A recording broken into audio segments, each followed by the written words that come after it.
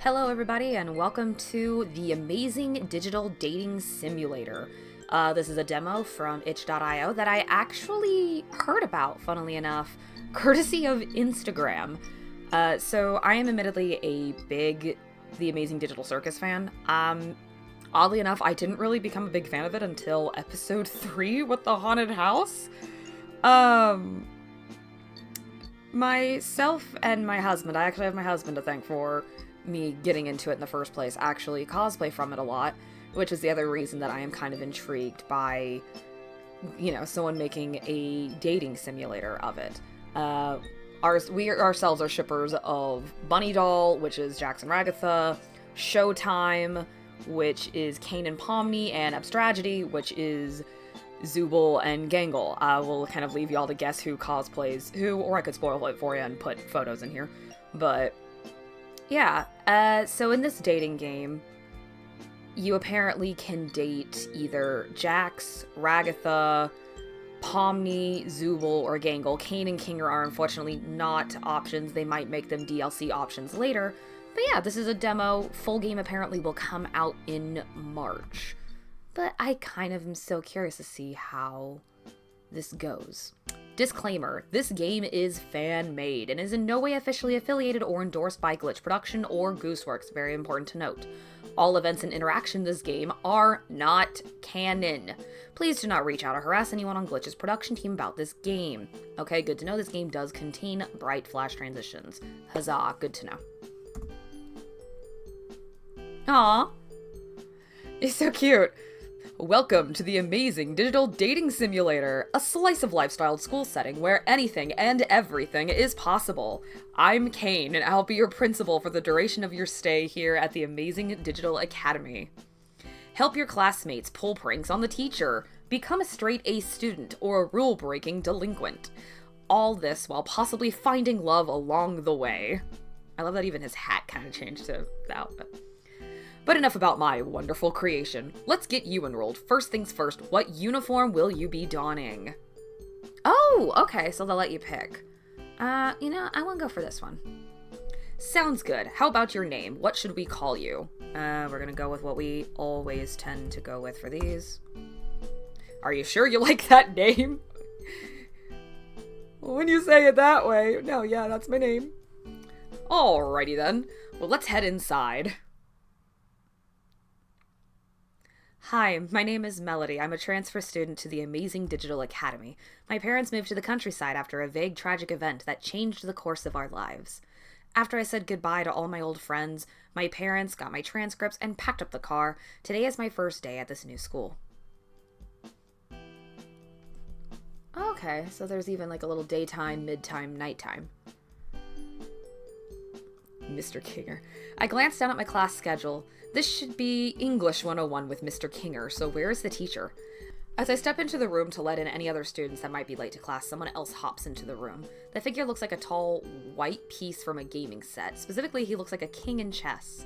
Takes me a moment to put two and two together, but when I do, I almost groan at the pun. Surely his name can't really be. Oh! I'm not gonna try to do them. There may be a couple voices I attempt, but we're not gonna attempt some of these. Hello, my name is Kinger. You must be pleased to meet me.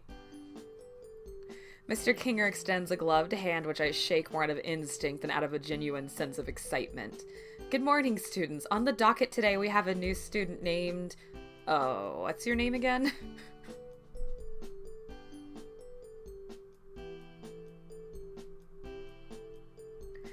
Alright, so yeah, out the gate, they kind of give us the reflections of which way we can go. Okay, so there are saving things. Huzzah. Okay.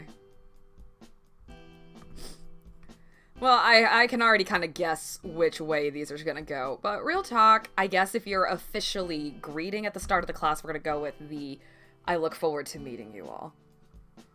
Rightio, go on and take any open seat. Most of our students don't bite. One of the other students, a purple rabbit, seems to grin at this. Yeah, he would be the most. I take a moment to think of who to sit by.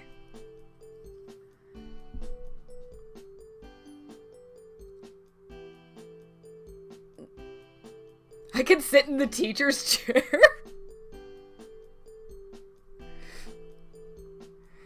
Okay, I can already tell this is going to be one where I'm going to have to go back quite a few times to see what the different things do. Okay. You know what? Let's go sit with Gangle. Let's go sit with Gangle. I sit next to the shy-looking girl with a comedy mask and ribbon body, but even as I sit down and look at my new desk neighbor, she doesn't seem to have noticed me. Instead, she's drawing something in her sketchbook. I'm not used to being ignored like this, so I lean over to see what she's drawing. Well, that seems a little impolite. Once she notices me, she flinches away, blushing furiously. Oh, sorry. I didn't see you there. You're the new student, right? I'm Gangle. She seems really timid, and I'm not sure there's anything I could do that would make her feel at ease. Nice to meet you. What are you working on? Oh, these? Gangle seems surprised by the question, but doesn't shy away from responding.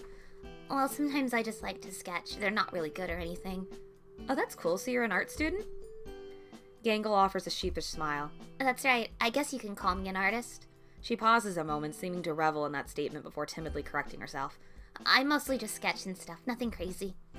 Right as I catch a glimpse of her happy demeanor, she retreats back into her own shyness. I'm about to open my mouth to ask her... to ask about her skittishness when the abstract figure near me speaks up. Gangle's just being modest. She's actually a really good artist, and the star of our school's art club.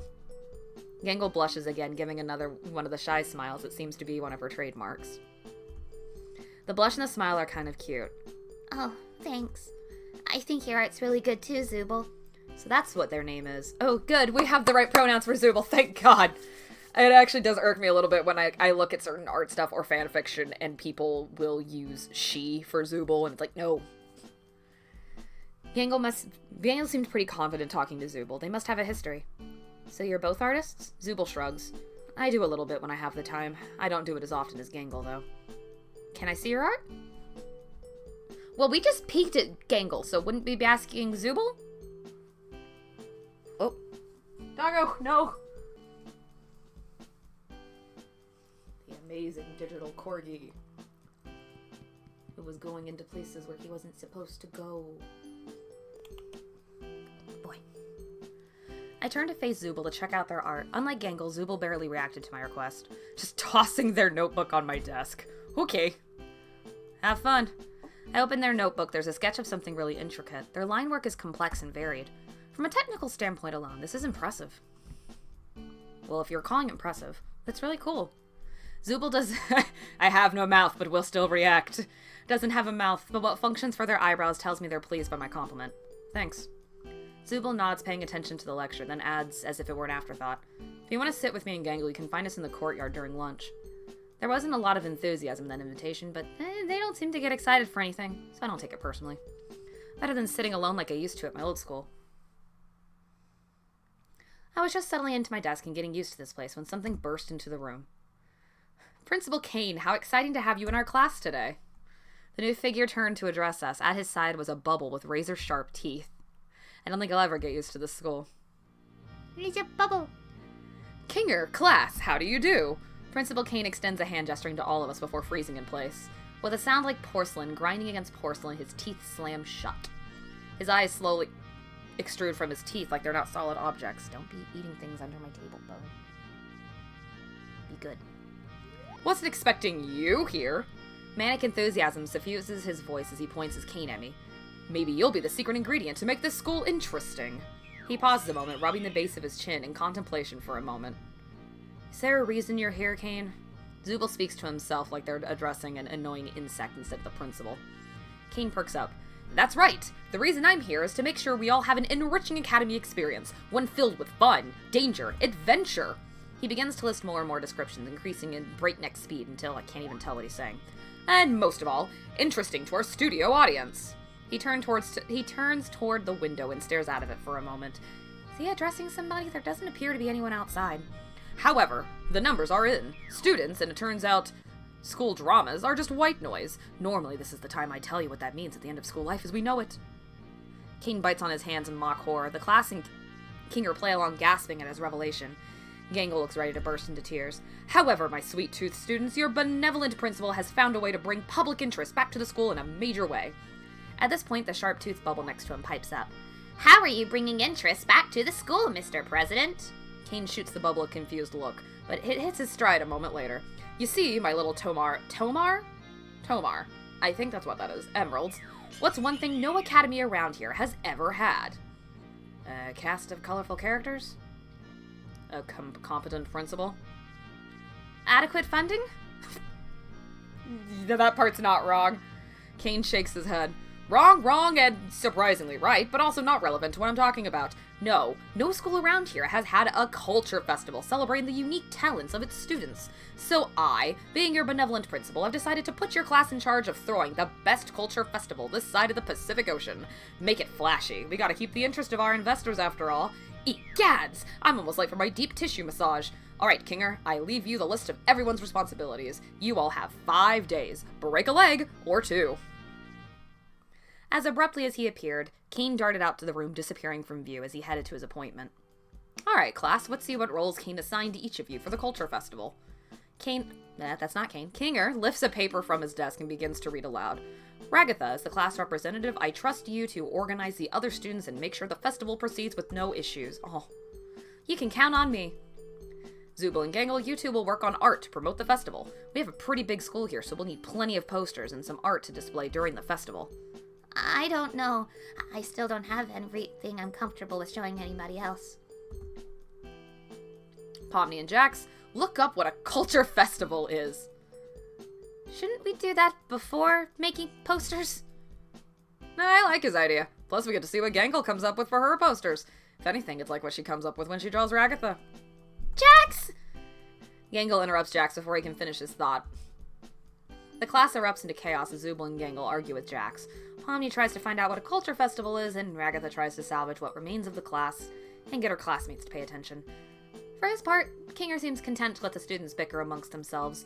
Maybe he didn't have the rest of his lesson planned and is just waiting out the lunch bell. And as if summoned by thinking about it, the lunch bell sounds, everyone drops their arguments and files out of the classroom. Time to find out what I'm doing for lunch.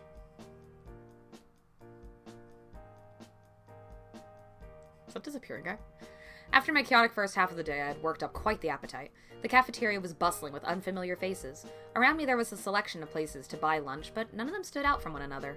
I pick up something to eat at the nearest food place and set about deciding where to sit down. Still, as I scan the bustling lunchroom, I don't recognize anyone from class. They said they ate lunch in the courtyard. That seems obvious. I pick up a garden salad from the cafeteria and stride into the courtyard. Though there are half a dozen tables out here, they're mostly empty and it's easy to find Gangle and Zubul.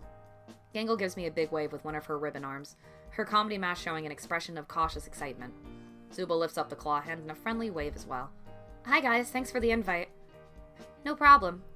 Did they coordinate that? Either that or they've just been friends for a long time. So, how are you liking our school so far? It's pretty different from my old school. Zubul and Gangle waiting on my next words, but I think I'm starting to like it here. Aww. Gangle smiles, pushing the tips of her ribbon hands together with a gentle blush. I like it here too. I'm really excited for the Culture Festival. We pass the time in relative silence as we eat our lunches.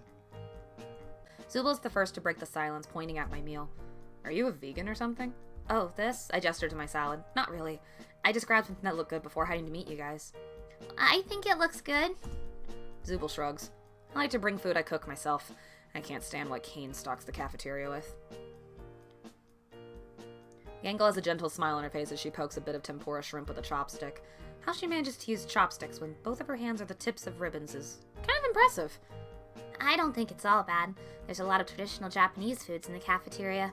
I never got to eat sushi when I was in high school before. They go back and forth like this for a bit while I stab at the remains of my salad. A hush falls over our table for a moment. Then... So, Zubul, are you gonna help me get art done for the Culture Festival after lunch? Zubul looks at Gangle pointedly. Honestly, I'm tired of talking about the Culture Festival. It's just another one of Kane's stupid plans to make us all come together and make him feel good about himself. I mean, come on. He's having Pomni look up what a Culture Festival is. He doesn't care about the Culture Festival at all. It's just something to make us all busy. I don't see why I should put in any more effort than Kane is, you know? Aww. Baby, no! There's a faint tinkle like something delicate fracturing and Gangle's smile falters. Gangle's lip starts quivering, tears welling up at the sight of her mask. Gangle, I didn't mean... Their apologies too late. Gangle's comedy mask is broken and now lies on the table in front of us in pieces. Gangle sobbing loudly. They give me a meaningful look. Oh, come on, you understood what I meant, right?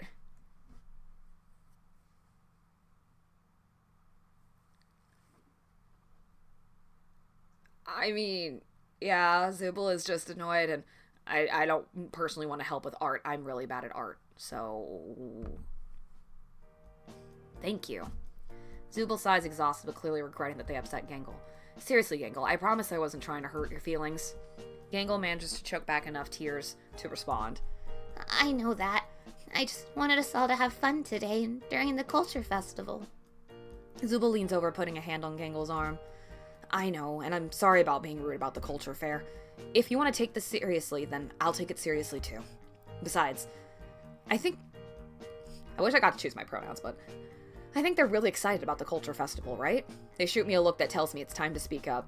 That's right. I stumble over my words, injecting as much enthusiasm into them as I can muster.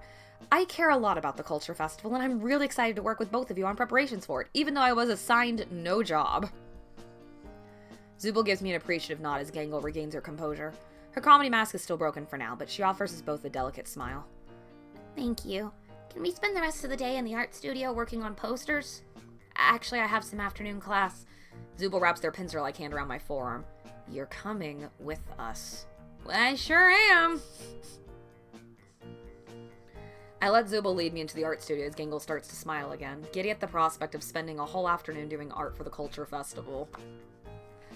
Gangle pulls open a closet in the back of the art studio, pulling out stacks of paper before handing several pieces to me and Zubul, along with some boxes of colored pencils. I'm not good at drawing! Since we're all doing art for the culture festival, let's all start with some posters and we can vote which ones make the cut. Not mine. I glance down and start to sweat. I haven't drawn anything more complex than a stick figure since the 3rd grade. I glance over to Zubul's paper. They've already started drawing a bunch of unique designs, contrasting colors against one another to produce something that looks like it belongs in a high-end art gallery. I crane my neck to peer at Gangle's art. There's something familiar about the excited anime figure she's drawing, but I still can't put my finger on what it is. Zubul sees me peering over at Gangle's work. Why don't you start working on your own poster? 'Cause I can't draw! I try to scribble something resembling an excited student for my poster, but the proportions are wrong. When I try to draw the school, all I can do is draw a rectangle with smaller rectangles for windows. That's exactly what would happen. I can't draw. When I add a little sun in the top left corner and try to draw the courtyard, the picture is complete. This definitely looks like what a toddler would bring home to his parents, something that would end up under a magnet on the fridge for years. Zubul leans over and gives a bemused chuckle. Seriously, dude?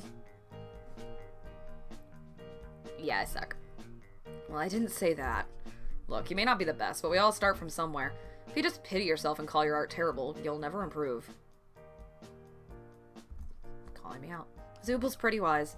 I go back to my art piece and try to add more to it, watching what Zubul and Gangle do and trying to mimic their techniques. Time's up. Oh, wait. Time's up. Let's see everyone's art. We set all 3 of our pieces on the table in the center of the art room. We all take a moment to look at one another's art. Gangle has drawn an anime-style mascot waving 2 flags with a skull crest on them, jumping up and down, saying, "Please visit the school culture fair." Art fair. Zubul has drawn a series of geometric figures and tessellations in different colors, but when you look at it at the right angle, it spells out culture fair. Oh, that's cool.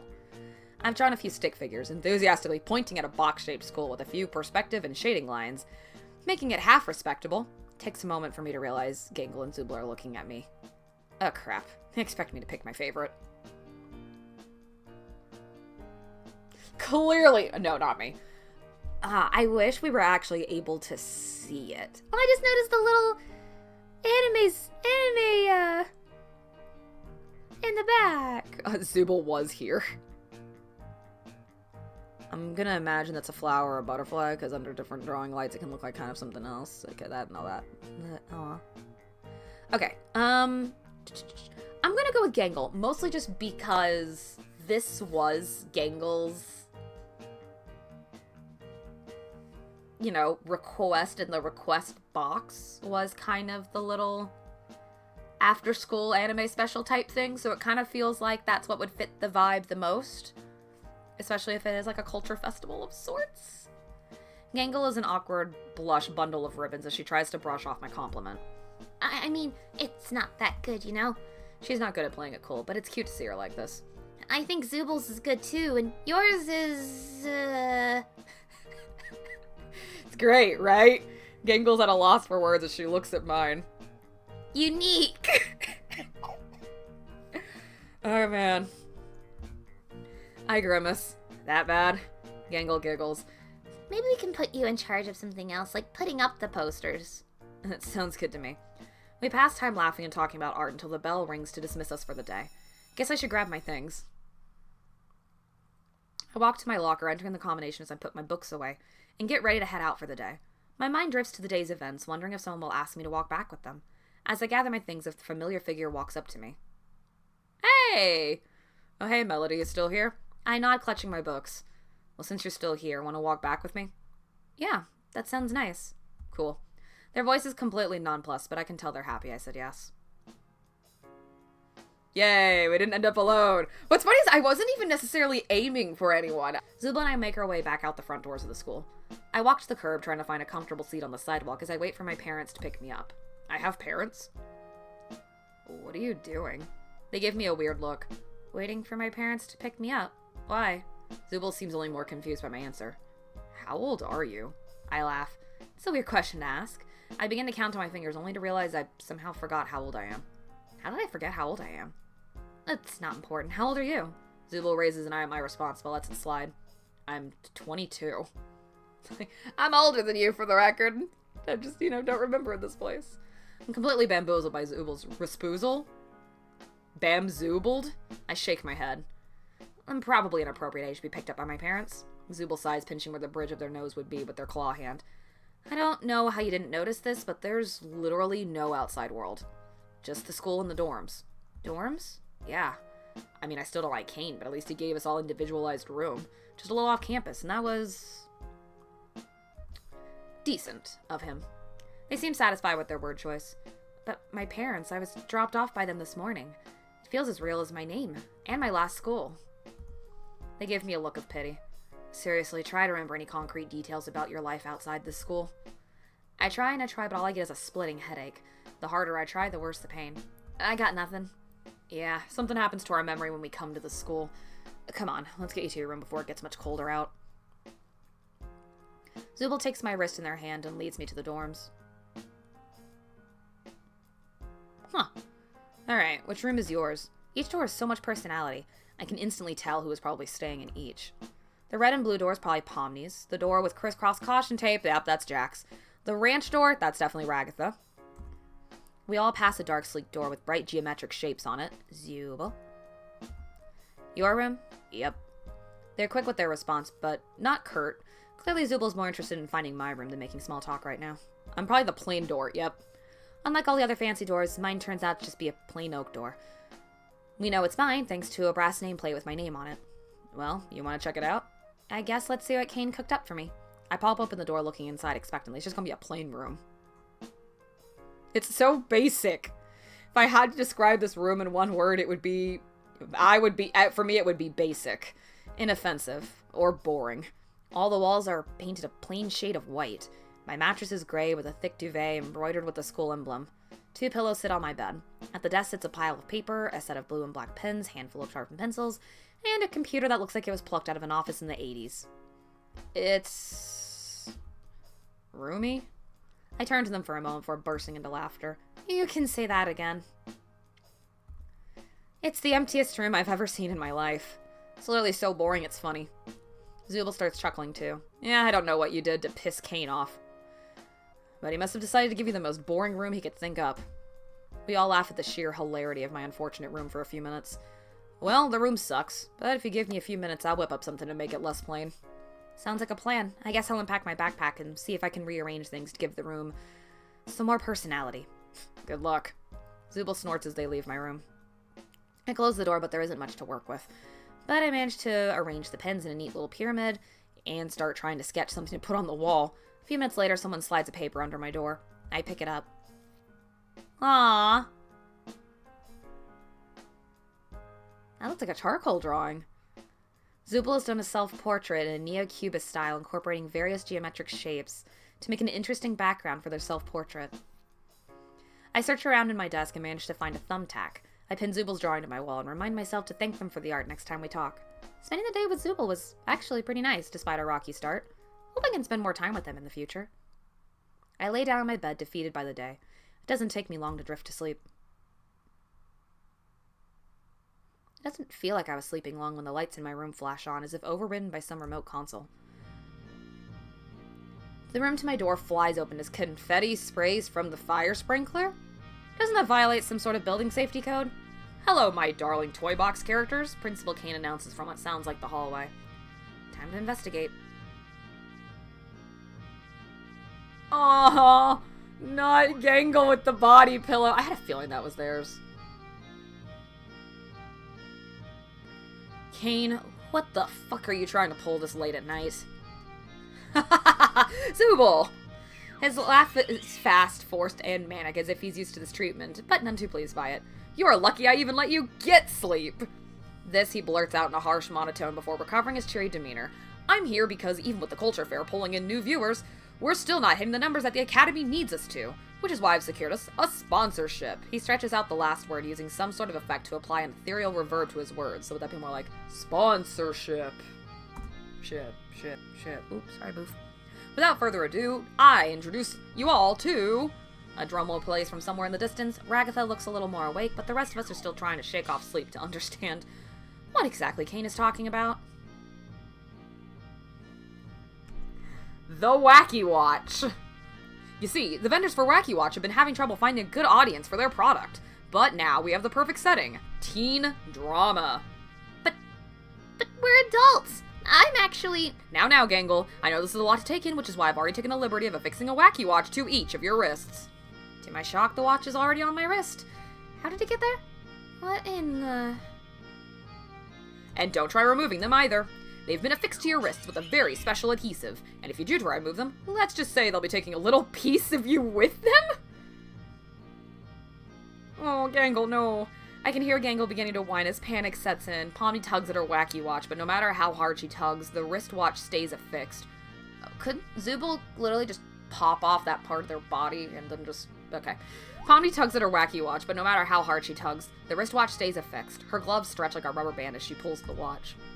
Ragatha just looks down with a resigned sigh. Kane, I can't remove... Oh, never mind. I can't remove the arm with the Wacky Watch. What the fuck? Principal Kane ignores our complaints as he continues his monologue. You see, my turtle doves, in order to secure the funding we need to make it to the Day 5 and the culture fair, I need you all wearing the Wacky Watches at all times. Luckily, I secured a deal where I won't need all of you to do ad reads, but it is paramount importance that none of you insult or try to disable your Wacky Watches. Good luck with school life. Can't wait to see what you do at the culture fair. Bye! He stretches out the last syllable as his body folds in on itself like an infinite number of times, disappearing from sight. When the Paper Mario logic. Well, I know it isn't ideal, but at least we can talk to each other now. Should make communicating about the culture fair easier. With a sound of breaking glass, Gangle's comedy mask shatters and falls from her face. I don't want a Wacky Watch. Seeing the situation unfolding before her, Pomni pipes up. Well, I think it could be useful. And look, there's even a picture chat function where you can send people things you draw. Pomni goes over to Gangle, lifting her wrist and pointing out the picture. That is kind of nice. Yeah, that's the spirit, Pomni. Now let's all get sleep before we start classes again tomorrow. Everyone's door closes. Where was Jack? Oh, I hear a muffled shout from Jax's door. What the heck? Why is there a watch stuck to my arm? I decide to hide in my room before Jax looks for someone to take his frustration on. I flick the dorm light off as I close my door. I check my Wacky Watch. I get a text from Zubul. Looks like they haven't updated their profile picture. I hate this thing. You know, the triangle still makes it fit. I know. I hate it too. But at least we can talk without being in the same room. Yeah, that is nice. I guess. Still, though, it's pretty late. Want to text more tomorrow? Yeah. I almost pull my covers up, but my Wacky Watch lights up with a few more texts. Thanks for everything today. For sitting with me and humoring me. And for helping me smooth things over with Gangle. And for being cool when we made fun of your art. You seem like a really cool person. I hope you keep spending time with the art club. Even if you can't draw for shit. It appears that whatever censor Kane has applied to the school also works on our wacky watches. Eh, well. I send Zubal a laughing, crying emoji before pulling up the covers and getting to sleep. As I get to sleep in my bland and empty room, my thoughts drift to Zubal. Our relationship off to a rocky start, but I'm glad I stuck with them. I really hope we can spend more time together tomorrow. Day 1. Complete! Huzzah! Oh, okay. Thanks for playing the demo. Full release coming soon. Story by Vocastar and Big Kabonga. Music by Big Gabonga. Big blah blah. I'm so sorry I messed up your name. Big Gabonga. And art by Vocastar. Cool. Okay, so that didn't feel like that took long at all. That's because it didn't take long at all. Cool. So we're gonna see what happens if we choose some of the other answers.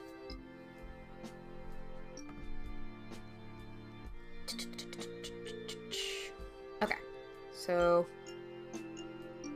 let's just say hypothetically, I just sit down at the teacher's chair because I think that response is funny. I sit on Kinger's open seat behind his desk. The chess piece blinks at me for a moment before surveying the other open desks. He seems content to let me take his seat. I was about to say, I don't think he would raise a ruckus. I guess you're the teacher now. This mismatched figure speaks up, raising their hand before calling out to Mr. Kinger. Very funny, Kinger. You have to teach the class. I'll make them pick another seat. Mr. Kinger looks at me apologetically. Sorry, but them's the rules, kid. Ah, darn. Okay,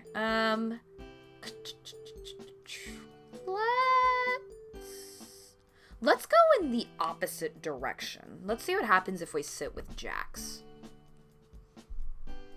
Because we went with Google. I guess if you combine Zubal and Gangle, you get Google. But anyway, we sat with them last time. I sit down next to the purple rabbit. He's looking bored by Mr. Kinger's lecture. As I take a closer look, I see his name is written on a nameplate on his desk. Apparently his name is Jax. As I get a closer look at Jax, I also see he's working on his jaw. Wait, is he chewing gum? He catches me looking at him, and I almost apologize for staring, but I can see he isn't offended. Instead, he grins quietly before putting a finger up to his lips. He doesn't have lips. He takes the chewed gum between his gloved finger. Oh, no. Reaching out towards the girl in front of us. No, I didn't. You know, when I said I was going to go opposite, that's not what I meant. The girl in front of us has a ribbon for a body and a comedy mask for a face. She's paying close attention to Mr. Kinger's lecture, and Jax is reaching out with the gum on his hand. Is he going to stick it on her mask? I know how this is supposed to play out.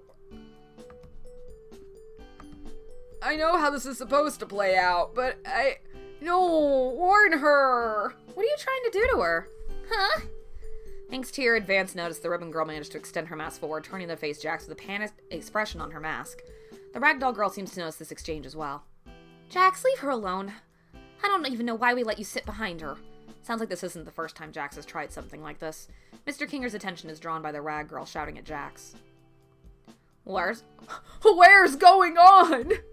A flicker of annoyance crosses Jack's features, and he narrows his eyes for a moment before grinning in faux innocence, sticking the gum right back in his mouth without pause. What? He draws the word out, rolling his eyes as he looks directly at me. I guess the newbie just hates fun. Despite Jax's disapproval, I can't help but notice the mask girl giving me a grateful look, and I nod in her direction. Yeah, I know that's, if you gotta go down Jax's path, that means bullying Gangle. But I just went down Gangle's path, so technically Zubal's path. So, no, not right now. I was just settling into my desk and getting used to this place when something burst into the room. Okay, so this is all things we've seen before.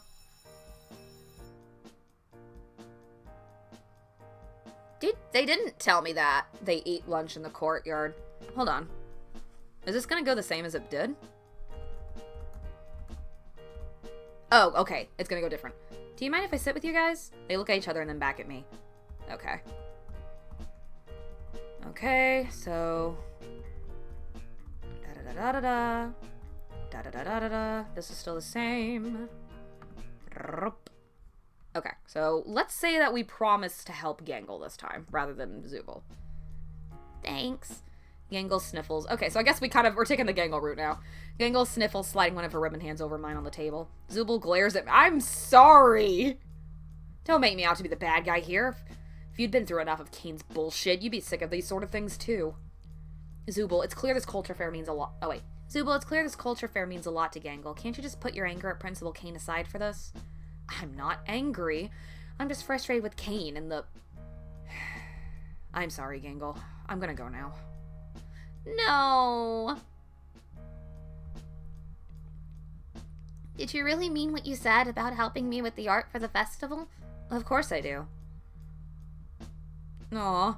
Gangle picks up the remnants of her comedy mask, trying to put on a brave face as she stands up from her half-eaten lunch. It's really nice of you.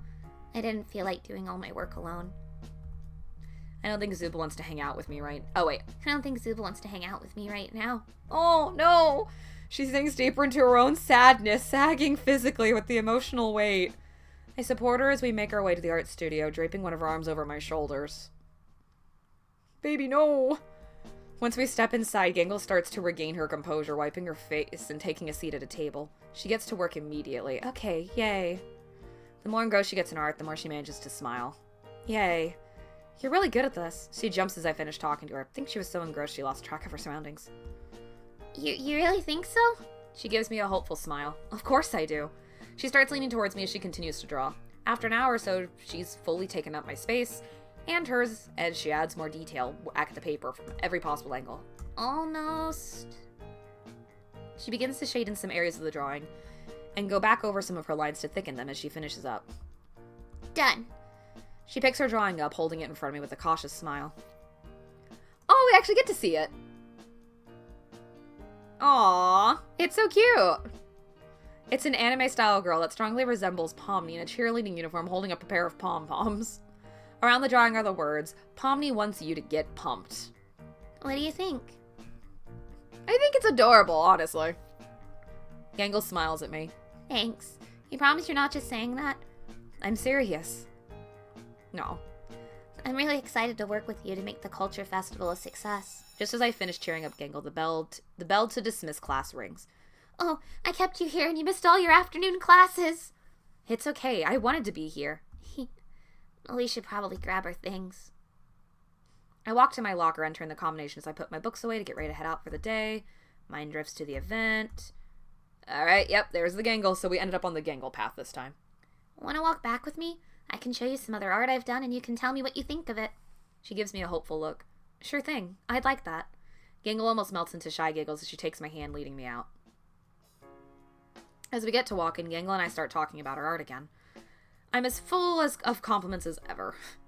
Seriously, Gangle, you should show more people your art. I bet you could even successfully publish a manga-inspired webcomic or something. Oh. Oh no. Did I say something wrong? Her face falls instantly. Sorry. What you just said reminded me of something. Something about my past I don't like to remember. She looks away from me. I didn't mean to hurt her feelings.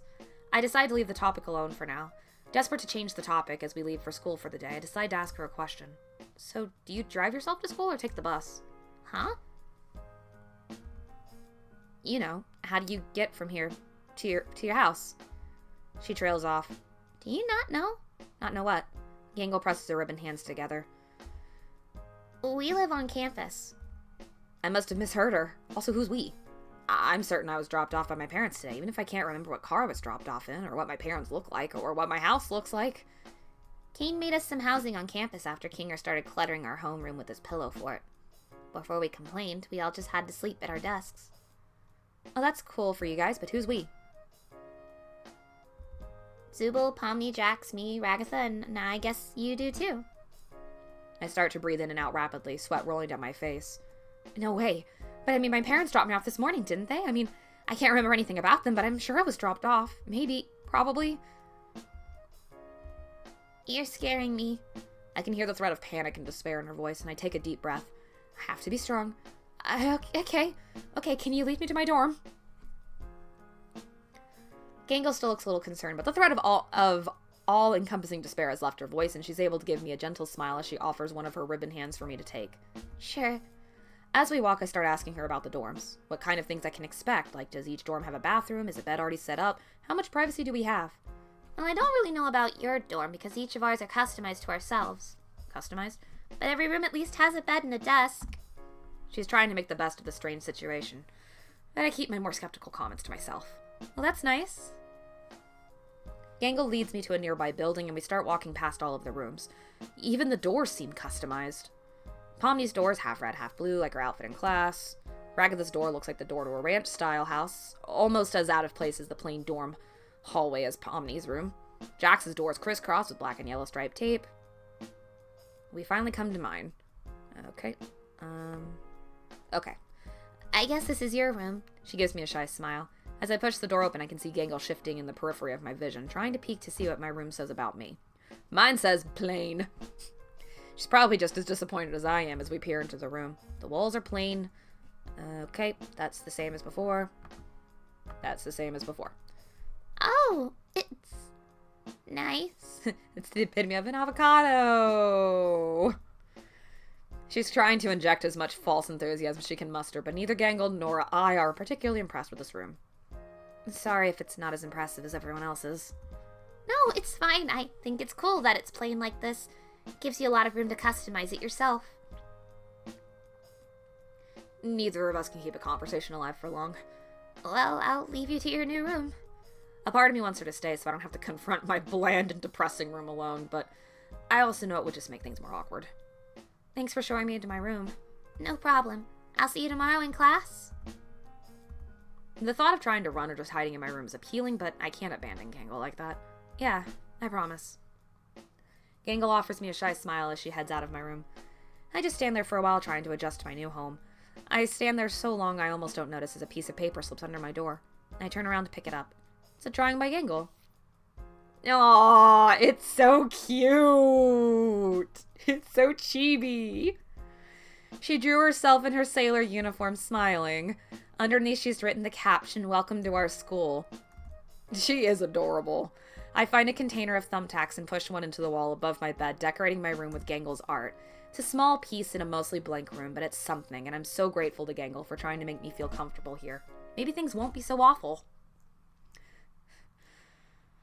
Okay, so I imagine then from here, this is going to be the same. Yep. I got a picture chat from Gangle. Looks like she may have used the filter for her profile picture. Aw, I hate it here. Principal Kane stinks, lol. I really appreciate the time you spent with me today. From sitting next to me in class today to being nice about my art. I know this place isn't very fun, but I hope we can keep spending time together. Oh, where'd the rest of the words go? Oh, okay. You're pretty cool, Gangle. I really like drawing posters with you today. Even my art skills still need work. I really think everyone can do art if they try, and I can help you with some pointers if you want. That sounds perfect. Nah. Your art on the picture chat is so cool, by the way. Admittedly, I think it's funny. I hope you keep choosing to spend time with the art club. As long as you don't make fun of my art too much. Sleep well. We got a lot of art to work on tomorrow. Looking forward to it. I want to be the best friend I can be to her. But I leave those thoughts for another day as sleep overtakes me. Alright, day 1 complete again. That was the... Now we've officially done the Google path. Because that was both Gangle and Zooble. Cool. I feel like there was probably another way that you realistically could have gotten Gangle's path. Okay, now let's go back to Jax. We're gonna keep quiet. We know what's gonna happen. Back to Jax. Jax reaches forward with practice stealth, sticking the wet wad of already been chewed gum to the Ribbon Girl's mask. I'm not gonna lie, I actually thought he was gonna try to stick it to Ragatha. Because at least sticking it on the mask, it's a little easier to scrape off, but I digress. The Ribbon Girl lets out a quiet shriek of discomfort, flailing her arms as she desperately pulls away from Jax. Ew! Jax, what is that? What did you do? Her whining and desperate flailing, and that's probably peeking the mic, is a little funny even as she feels around blindly behind her mask. Her movements attract the attention of Kinger. Where is going on? He seems aware something's going on, but he doesn't seem to know what. How is this guy teaching us? Jax is picking on Gangle again. The mismatched figure pipes up, who is evidently the Ribbon Girl that Jax stuck his gum to. Here, Gangle, let's go to the bathroom so we can wash it off. Oh yes, carry on then, Zubel. Nothing faces this teacher. Zubel glares daggers into the rabbit as they leave. What? It was funny, right? Back me up here.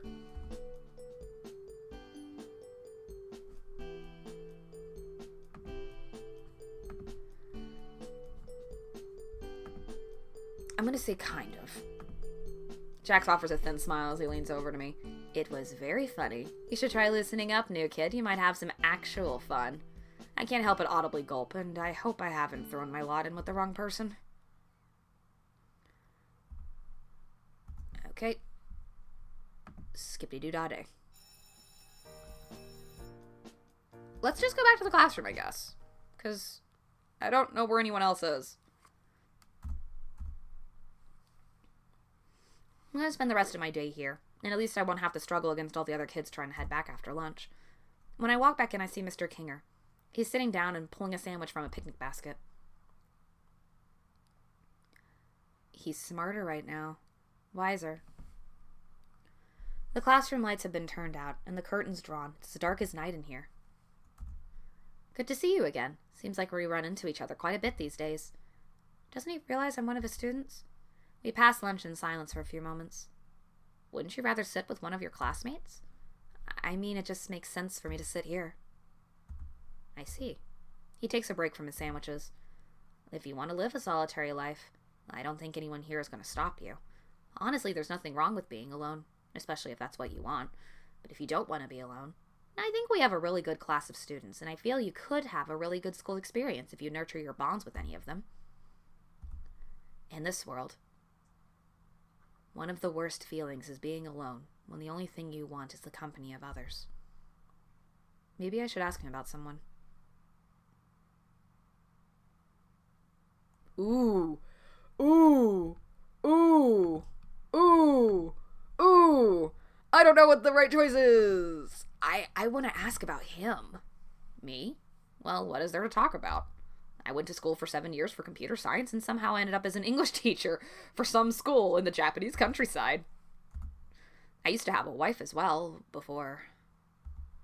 He trails off, looking at a picture frame on his desk. Anyways, you can just call me Kinger. No need for that Mr. or Mrs. stuff. I'll always be in this classroom if you need someone to talk to. Aww. Okay, so this game went with the logic of he knows. Kinger looks at me for a moment as if he wants to say more, but walks over to the light switch, letting out a regretful sigh as he flicks the lights on. When he sees me again, he seems visibly surprised. What are you doing here? Shouldn't you be eating lunch? I sigh and shake my head. That's more like the teacher I spent the morning with. Well, you should probably head to your afternoon classes. Kinger ushers me out, and I continue to my afternoon classes, and they're pretty uneventful. Alright. Before soon enough, the last bell rings, and it's time to head home. No one's gonna walk up to me. What's gonna happen? I walk to my locker, entering the combination as I put my books away and get ready to head out for the day. My mind drifts to the day's events, and I wonder if someone will ask me to walk back with them. I gather my things and wait a bit, but alas, no one approaches me. I wonder if Kinger would mind walking back with me. I decided to head back to the classroom. I've never asked a teacher to walk with me after school, but I feel closer to Kinger than any of my classmates right now. I didn't think Kinger was an option, like as a dateable option. Was I wrong about that? The last of the students filter out of his room. Mr. Kinger draws the blinds and turns the light off. What are you doing here? Didn't you go on Ragatha's tour of the school or spend time in the library with Pomni?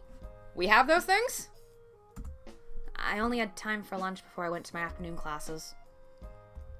That's no good. I really think you're missing out on some good experiences by spending all your time in my class. Damn, you really didn't have to do me like that. I clear my throat. You may be right, but I don't want to head back alone today, and I was going to ask if you were free after school today. He begins to assemble a pillow fort from various pillows hidden in the drawers of his desk. Sorry, but I live here. A chill runs down my spine. I always heard teachers didn't have lives outside of school, but I never suspected this. Kinger looks at me before sliding the last pillow in place. Good night. No, Kinger I know would still have walked his back. This is how, more proof this definitely isn't canon. I decide to walk back alone, thoroughly unnerved. What's gonna happen? I sit on the curb, waiting for my parents to come pick me up. Oh, right, because no one's gonna explain. I wait, and wait, and wait. Oh no. It's starting to get dark and cold. A cool breeze rushes by, chilling me to the bone and filling my nose with a scent of stale cherry blossoms, and I could swear it smells like an old abandoned office. Must be my sinuses acting up or something. The moon is high in the sky as I get up from my perch and begin to walk. As I make my way further from the school entrance, I see a silhouette of someone in the trees. It looks like someone was waiting for me. They're too short to be Ragatha, Gangle, Zubal, or Jax, and I don't remember Pomni wearing its cane. Ahoy there! As I reach the tree line, their appearance becomes more clear. Principal Kane? Hey there, old sport! He extends a hand. I hesitantly take it. Hi, Principal Kane. I can't suppress a shiver. Pretty cold out here, huh? Oh wait, I flipped. Is it? Hadn't noticed. He shrugs as if the weather is of no consequence. Looks like you had a rough first day. It's a shame, too. When we talked earlier in the intro, I really thought you seemed excited to mingle. I give him a confused look. Talked earlier? Intro? What is he talking about? He looks away from me and taps his chin. Well, no matter. I guess we'll need to restart from square one, eh? What? He whips back around to face me, his expression bright. Square one? What? Principal Kane reaches out and taps me with his cane. I feel my memories begin to unravel. It's a weirdly uncomfortable feeling. First, my memories become fuzzy, like I'm watching them on TV, but the TV has really bad reception. Then my entire body starts tingling. Like when you sleep on your arm, weird, and when you wake up, it feels fuzzy and you can't move it, no matter how hard you try. All shades of color fade to a dull gray. Even my sense of smell fades, as I feel myself pulled into Principal Kane's cane? I was social, technically! Maybe next time flex those socializing muscles a bit. I'm barely able to hear him. It feels like I'm underwater. Here's a hint. Focus on spending time with at least one person. Maybe say things that they'd like to hear. Just some advice. Best of luck next go-around. With a shake of his cane, the last of my consciousness dissolves. Game over. Got it. Okay, so we have no choice. Well, I'm curious, though. If we actually say, I want to... Because that originally was what I was going to do, is say I wanted to bond with Jax more. But then I got curious about what happens if we ask about Kinger. Jax is a tough nut to crack. I don't know him as well as I know the others. I do know he lost someone who was really important to him, and he took it very hard. I think a good friend would challenge Jax sometimes, because I do think there's somebody worth saving, buried underneath that tough exterior. Aww. I'm momentarily stunned by his insights. It's like I'm talking to a different person. Sorry, I know that's a lot to take in. But I have a lot of respect for my class, and I really do think any of them would make an excellent friend. Or more, if you know what I mean. But again, no pressure. Do what makes you feel best. Anyway, it's been really nice chatting, but I have a lesson plan to finish. You should get back out there.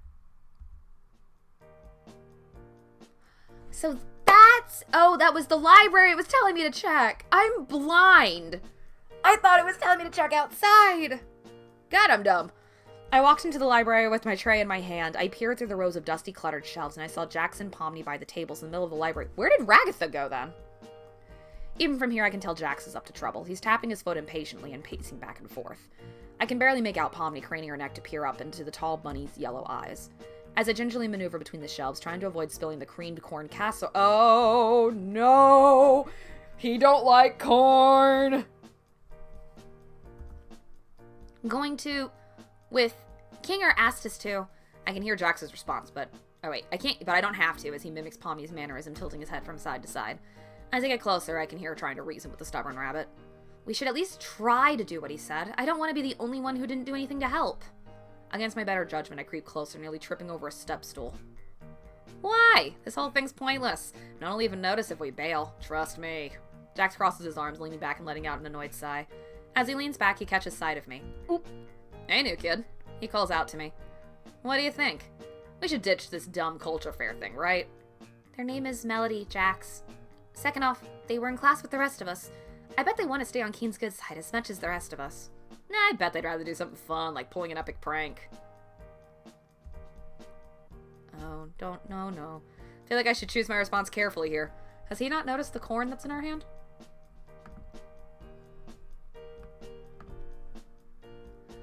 I'm gonna go with Pomni, because I'm also holding corn, and I don't want that to backfire. Pomni's right. Thank you.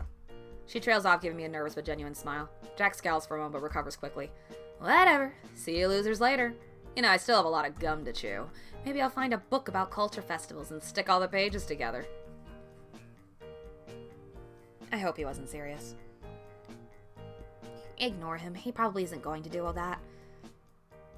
There's an awkward pause as neither of us seem to know what to say before Pomni breaks it for us. So it looks like it's up to us new kids To find out what the culture fair is about. How hard could it be to find a book about culture festivals? We proceed into the depths of the library. I pretty much forget about lunch as we search the shelves. Each book is so caked with dust, it feels like the library is a forgotten archive. The more we scour the shelves, the more we realize how daunting of a task this actually would be. These don't seem to be organized by genre. She looks over at me. And they don't seem to be in alphabetical order either. Oh, that would annoy me. What's on your shelf? Pomni lifts up a book with a happy puppy on the front, the title reading Spot's Day Out. This is between a book of dessert recipes and a calculus textbook. So it really is just random. Oh god, this could take us all day. There's two of us. Double the search power. One shelf at a time. I do my best to reassure her, and she looks at me a bit skeptically before nodding. You're right. We can do this. We both get back to the search, carefully inspecting the spines of every book on the shelf. Her design is so adorable. Eventually, we split into different parts of the library, trying to maximize our progress. Little help? Pomni seems to have found the book she wants, but it's too short to get it. That is such a mood. I stride between the bookshelves, coming up to her side. She points at the book on the higher shelves. I reach for it, but no luck. It's a bit too high for me as well. I'm also short, so that makes sense. Did you want me to lift you, or...? Oh, no, that's okay. It's alright. I promise I'm stronger than I look. I won't drop you. I flex my bicep, jokingly flashing a big grin at the jester. It's not that. It's just... I just would prefer if you didn't. She smiles at me timidly as she clutches her arm. It seems Pomni does not wish to be touched.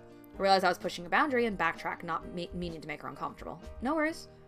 There has to be a step stool around here or something. I remember tripping on a step stool by some shelves when I entered the library. I dip out quickly to grab the stool and return with it. Ta-da! I set the step stool on the ground for her and she climbs to the top step. However, still has to reach a bit. Plucks the book off the top shelf. You're pretty reliable. Happy to help a friend. Pomni blinks at me. Friend? I suddenly feel my stomach sink. I didn't say that too soon, did I? You're sweet. We search well beyond the signaling lunch until the bell that signals the classes are over for the day. Time seemed to fly by. Oh well, guess it's time to grab my things. I walk to my locker, entering the combination as soon as I put my books away, get ready to head out for the day, dress to the day's events. Oh! He actually wants to hang out with us? That's not where I expected that to go. Huh. Turns out ignoring him does work. I was expecting it to be Pomni. I'm not upset, I just think that's funny. See, this is funny. Hey, new kid, you're still hanging around? Just getting ready to head out. What do you say? How about I walk with you after school today? Surprised that Jax was wanting to walk me home. I run out of words and just nod. Cool, let's go. That's great, alright. So then, does that mean my gut was right? Because I had corn? If we had tried to talk to him while holding the corn, would that have gone badly? I need to know now. Was my instinct right? The front door's open for us and I stand outside waiting at the curb. My parents dropped me off this morning and I'm sure they'll be here any moment to pick me up. Jack stands next to me for a few moments. Gives me a confused look. What are you waiting for? Don't call me kid. I'm older than you, dude. My parents. Are you waiting to get picked up too? I'm 22 years old. I haven't been picked up by my parents for like 6 years. I'm going to the dorms. What? The dorms. He looks at me like I'm an idiot. The on-campus housing Kane designed for our class, where we can stay when classes end. Oh, that sounds nice. I wish I was staying on campus. Oh, you poor little lamb. Kane really didn't tell you anything, did he? Look, I'd love to watch you stand out here until the sun goes down, you start shivering in your little school uniform.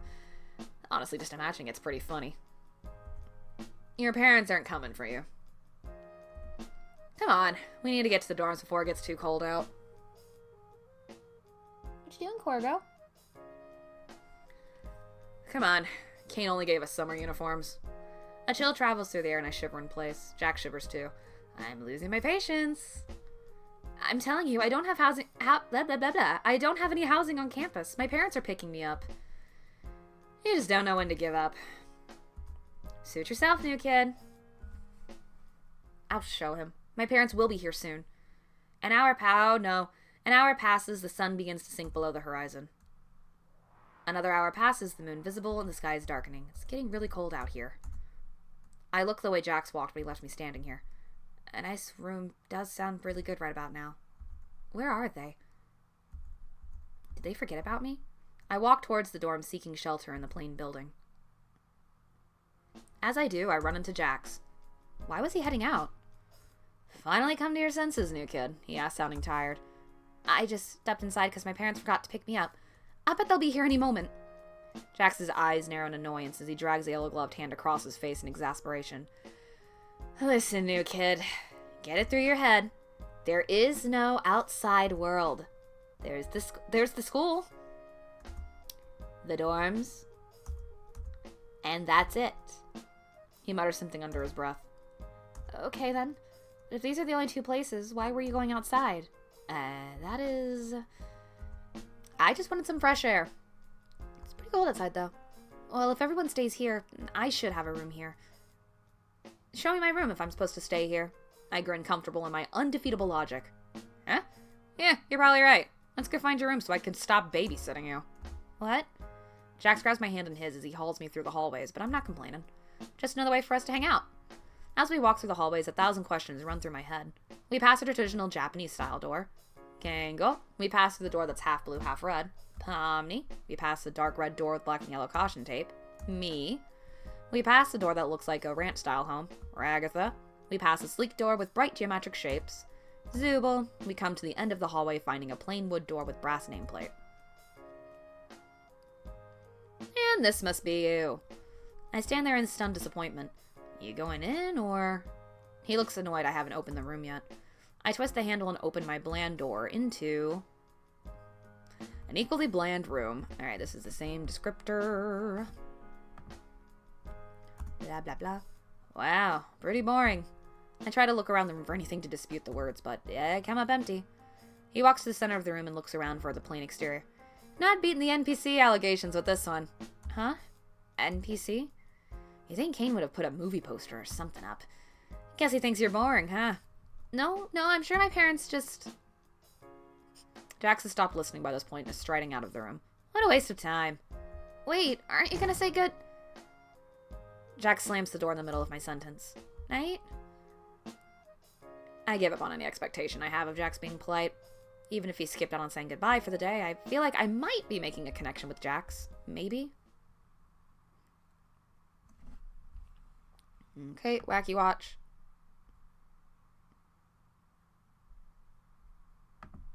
Wacky watch. Okay. I got a text from Jax. He set up his avatar to a picture of himself flipping off the camera. What the heck is up with this stupid watch? Why can't I take it off? I did not consent to this. I laugh. That sounds like the Jax I know. More like I'm starting to know. You didn't miss much. Apparently, Principal Kane took a sponsorship from Wacky Watch to keep the school open or something. And now we're physically stuck on us. They're physically stuck on us. They really are. This sucks. The fact that I could be subjected to Ragatha or Gangle's opinion at any time has to violate some sort of convention. Yeah, but at least we can text each other whenever, right? I guess. I hope you sleep well tonight, even though Kane stuck these Wacky Watches on us. I wait several minutes for a response, but nothing. I begin to pull the sheet over my head when the Wacky Watch buzzes with another text. Whatever. Nighty-night, new kid. Don't let the centipedes bite. As I get to sleep, I cherish the bond that Jax and I have built today. Can't wait to find out what sort of trouble we can get into tomorrow. Cool. So, I will admit, unexpected getting Jax's. I wasn't sure how that would... Hold on. So then if we agree with Jax, what happens? Alright, well you two have fun then. She turns back to the shelves while Jax ushers me out of the library. Later, Pom-Pom. Is he gonna notice the corn? That Pomni, huh? She can be so needy. Jax smirks, rolling his eyes. Not like you, huh, new kid? Not sure how to proceed for a moment, but I have a feeling I know what Jax wants me to say. Yeah, I'm down for anything. I give Jax finger guns, which he scoffs at before grinning at me. You're so cringe. But since you're so eager to get on my good side, I came up with something fun for us to do. Let's go on a little field trip outside. Are we allowed to do that? Jax rolls his eyes. Jeez, you sound like a broken toy. Is that the only thing you say? I don't want to disappoint Jax. Doesn't matter what we're allowed to do. Matters if we get caught. So keep up, new kid. He finds a door leading to a field, slyly pushing it open before bounding through. I have to sprint to make it through before the door locks. The door leads us to a softball field. I didn't even know the school had a softball team. Jax gets on all four, putting his head almost even with the ground as he crawls around. See? Centipedes. Jax, did you lose something out here? Shut up. I'm looking for something. In the few hours I've known him, I've never seen Jax taken anything so seriously. I get down on my hands and knees too, checking each blade of grass for anything remarkable. I'm so focused I forget. So you just bump into his ass. He wheels on me. Don't try to get fresh with me, new kid. Sorry. Do you even know what we're looking for? I shake my head. I didn't want to make him angry by asking. Then how do you think you're going to find what we're looking for? So then what are we looking for? I knew it. A centipede. A centipede. A centipede. Just as the bell rings, I find a centipede crawling near a rock pile. I found one. I hoist the insect up by its rear end. It flails around as it tries to escape my grasp, its dark legs wiggling in discomfort. Nice job! You used my name. No, I didn't, new kid. I squint at him. You're imagining things. He puts on an unreadable smirk. Guess I'm not gonna need him to admit to anything. But this is one fine specimen. Okay, well what are we doing with this? Are you an insect collector? Ew, no. He shakes his head before he drops the centipede into my backpack. Calm down. We're just gonna put this in Ragatha's locker and then hide out and watch her open it. Why? Because Ragatha hates centipedes. I pause for a moment, not fully understanding why we would do that. So why are we putting one in her locker? Because it's funny. Try to keep up. I don't know if I agree, but this is the happiest I've seen him since we started hanging out. Come on, I have a key to let us back inside. How did he get those? Looks like a set of master keys to every door in the school. Jax lets us back in. We sneak our way up the main stairwell and are almost at Ragatha's locker when our class rep shows up, strolling down the hallway. What are you doing in the hallway? She tilts her head, offering me a weary smile. I've been looking for you since you didn't show up to afternoon classes. Jax, you better be leaving her alone. Oh, come on. New kid actually looked for me. We even got lunch together. Is that true? I feel like I should choose my response carefully.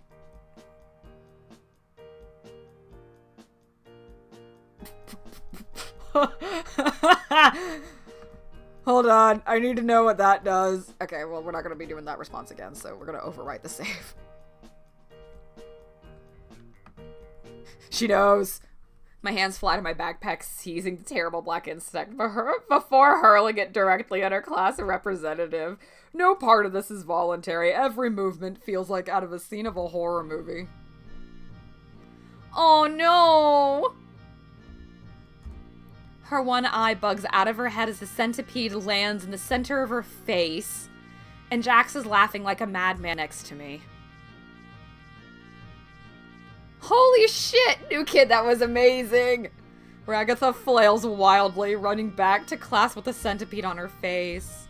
She runs out of earshot as she disappears into our homeroom. Jax is still laughing, taking a seat on the floor to catch his breath. Jeez, where'd you learn that? I literally just saw fling it and run and thought it was a funny response, so I didn't learn it anywhere, I just panicked. Jax finally gets control over his fit of laughter. Well, if that's what you do when you panic, I guess I need to keep you on edge. Jax stands up, putting a hand on my shoulders. He looks me directly in the eye, grinning from ear to ear. She hates you for sure now. I bury my face in my hands. Now what? Well, school's almost over. Guess we should grab our things.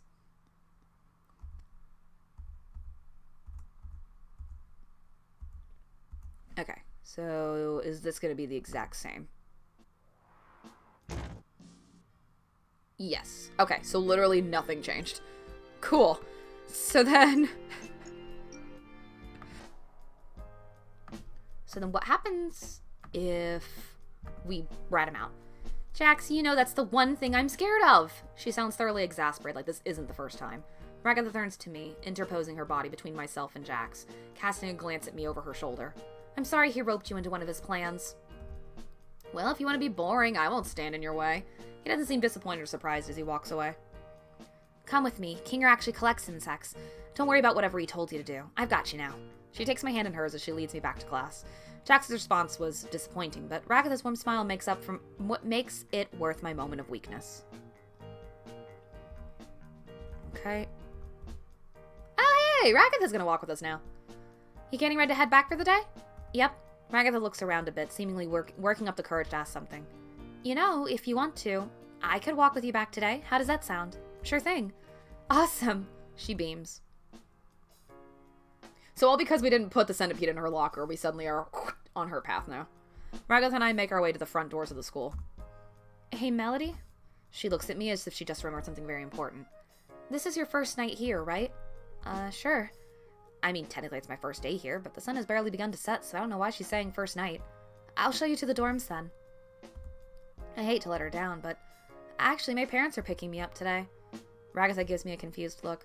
Are you sure about that? I think I am. I'm not sure why she's questioning that, but as she asks the question, I try to remember what my parents had said about picking me up today. I begin to discover worrying gaps in my memories. Did my mom or dad drop me off? Was it someone else? What does the car that I was dropped off in look like? What do my parents look like? I begin to hyperventilate as I realize if it weren't for seeing my own reflection in a mirror when I was washing my face in the bathroom this morning, I wouldn't even remember what I look like. What's happening to me? In the corner of my eyes, abstract patterns begin to fade in and out of existence. It's okay. Everyone goes through this the first day they're here. The abstract patterns fade, so that means in this game there's a possibility of abstraction. Normal isn't the word, but at least a little more okay. They do? Yeah.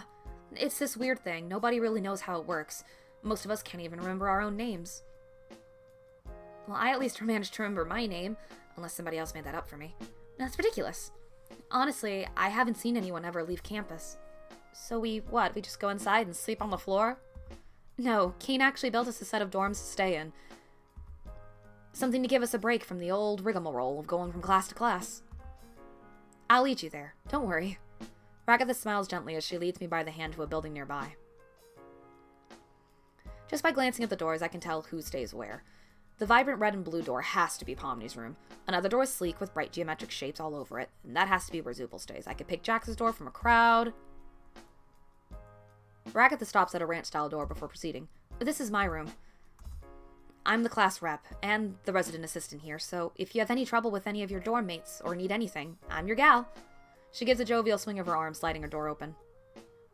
The inside is adorned with doilies.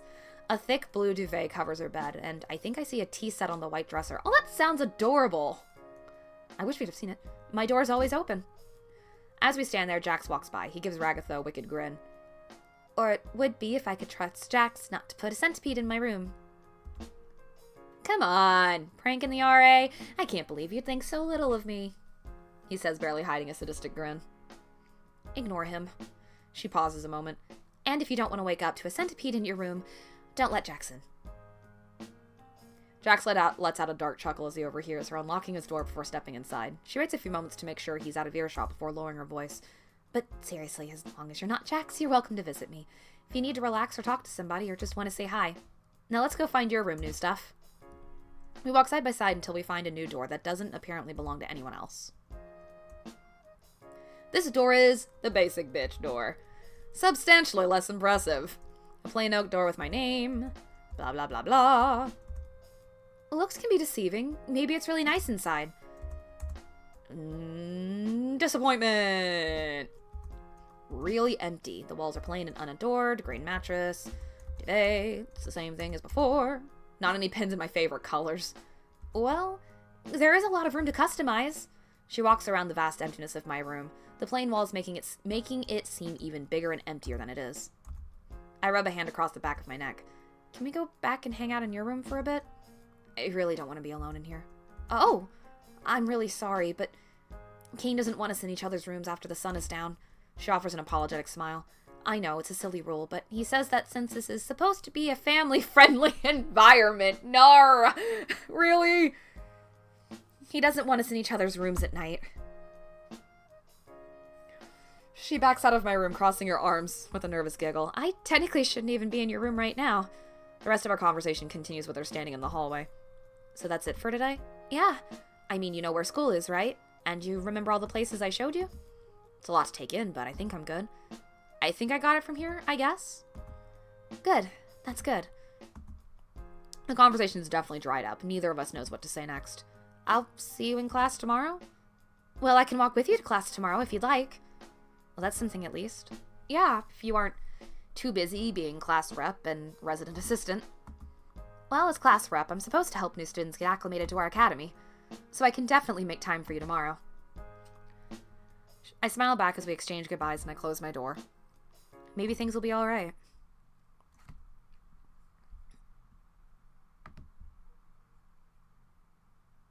And here comes the Wacky Watch. I get a text from Ragatha. Her portrait is outlined in gold to indicate she's an RA. Oh, that's a cute fucking photo. That's adorable. I just wanted to check in on you after the whole Wacky Watch thing. I guess I'm doing pretty okay. Just getting used to how things work here. I get that. Showing up to the school, losing your memories, and now the Wacky Watch. It's a lot for anyone to take in. You're telling me.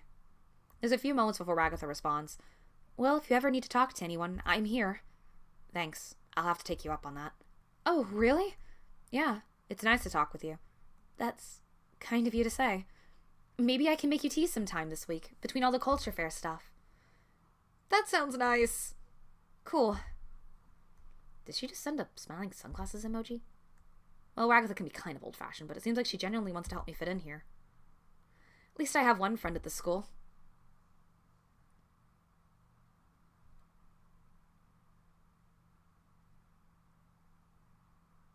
That was weird. Oh, that might be the Roomba I'm hearing. Okay. Cool. So, we've gotten an end with everyone except for Pomni. So...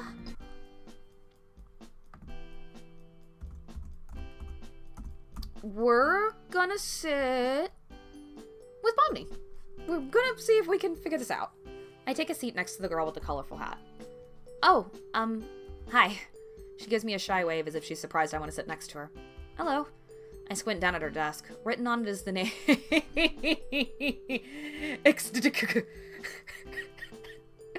I'm pretty sure I heard another student address her as Pomni.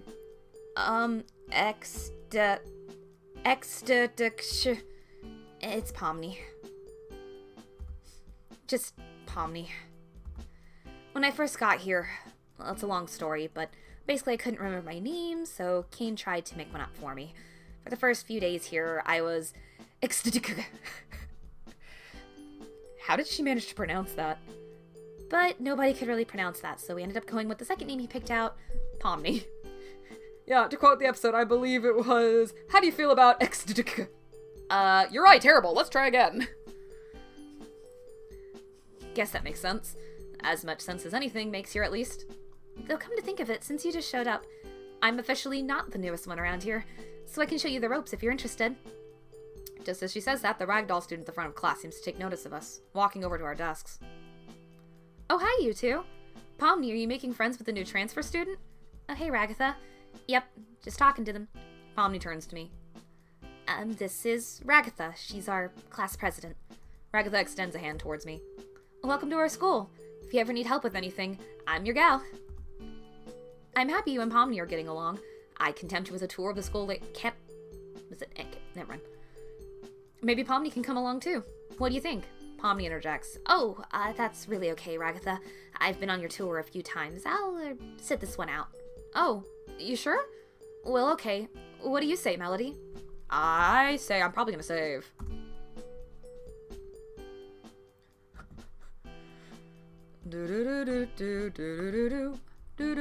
I know one's gonna get you on the path with Ragatha.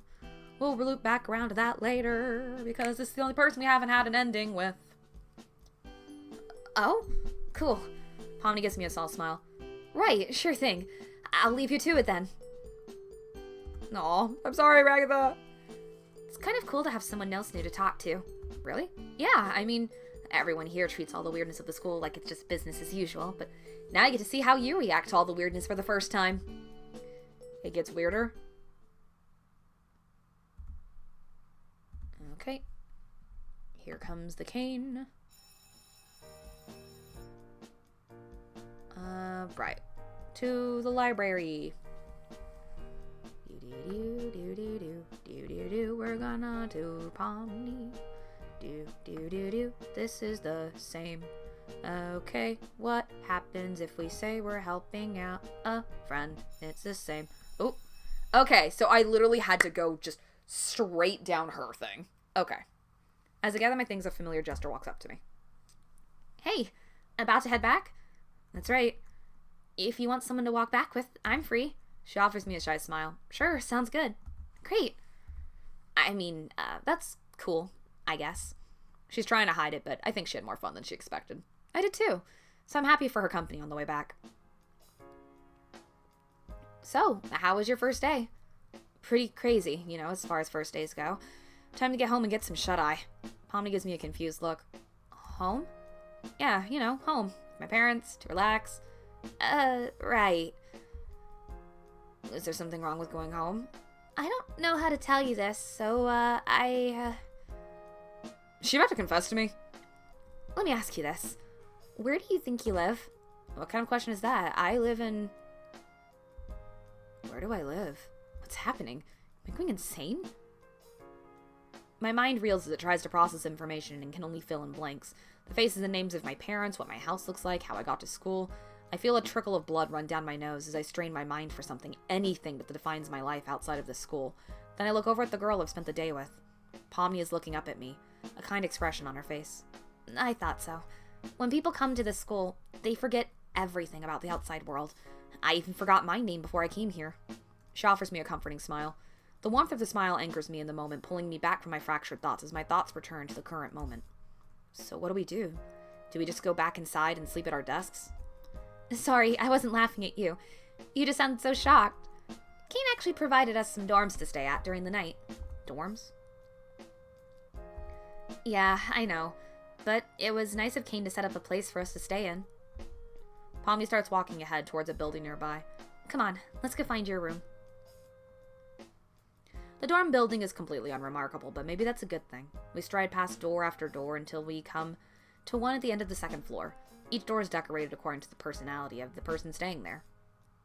For instance, Gangel's door looks like a traditional Japanese door, Pomni's door half red, half blue. My door is a plain oak door. Guess this is your room. Are you gonna be okay? I open the door, which is unlocked. My room's pretty generic. Same thing that we always do. This is a lot to take in. Yeah. Well, I'm just down on the first floor if you need me. Look for the blue and red door. I'm sorry if I'm spacing out. It's just a lot to take in, I know. But honestly, once you get used to it, it can be sort of nice. And you don't have to worry about being late for school. Especially when it feels like we don't have any way to resist the will of Principal Kane. As Pomni quietly leaves me to my thoughts, my mind begins to wander again. Who is Kane? What is Kane? And why can't anyone remember their lives before they came to this school? I collapse on my bed, the world spins as I stare up at the fluorescent light. I hope to get the answers to my questions sometime soon. My thoughts also drift to Pomni, the time we spent together today. Her walking me to the dorms and explaining things.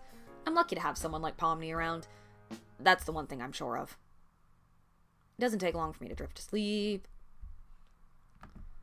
Wacky Watch. Brrr. I got a text from...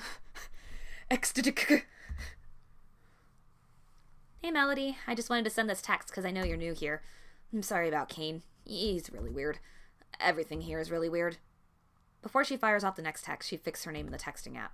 Oops. Guess Kane forgot to update my name here too. Anyway, I wanted to thank you for sticking with me today and for helping me out in the library. I know this place is weird, but maybe if us new kids stick together, we can still have a good time. Yeah. Honestly, sometimes I feel like you're the only one who gets me. Maybe because we're both the new kids, but I really appreciate you hanging out with me today. Still getting used to things, though. Well, I'm not going anywhere anytime soon, so if we keep sticking together, maybe you can feel like a member of the class, too. Yeah, I'd like that, too. Good. Night, study partner. The room may be empty, but I don't feel as alone anymore thanks to Pomni's texts. I'm really lucky to have a friend like Pomni. Even if we didn't make any headway on finding out what a culture fair is, I'm excited to spend tomorrow at the library. My excitement for tomorrow keeps me warm and helps me drift off to a peaceful slumber as my mind wanders to what tomorrow might hold. Cool. So I know there are some paths that I technically didn't explore, but I do want y'all to actually check out the demo for yourselves. Album. What do we have in the album? Okay. So yeah, maybe exploring more will cause me to get that, but I'm going to do that off camera. Because again, I want y'all to actually try it out for yourselves. It's cute, honestly. And I do look forward to seeing what the rest of the other days are going to hold. It feels like it's hinting at the possibility of us being able to abstract.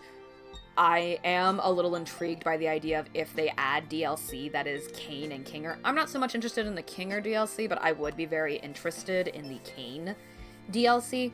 I'm also kind of intrigued by the fact of Kinger's phrasing in day one is the fact of we can befriend or be something more. So does that mean endings are going to be neutral up to your interpretation kind of thing? Or is it going to be there's a romantic ending, a friend ending, and then of course, bad endings? I think my favorite ending so far, I did enjoy Zubal's ending, honestly. I think it was adorable with the sliding the art under the door and then just kind of the chatting afterwards. I thought Ragatha's was kind of sweet. She's the only one that's actually showed us the inside of what her dorm room looks like. Gangle's was cute. Pomni's I do wish had a little bit more to it, and I can't help but cackle at the fact of Jax literally was I went along with the prank. I then had lunch with Kinger.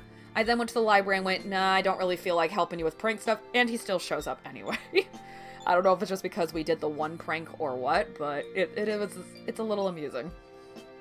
So yeah, I enjoy this, and I do look forward to when the full thing is out, and I hope that y'all check it out. I will be putting the link for the game in the description, so that way you can.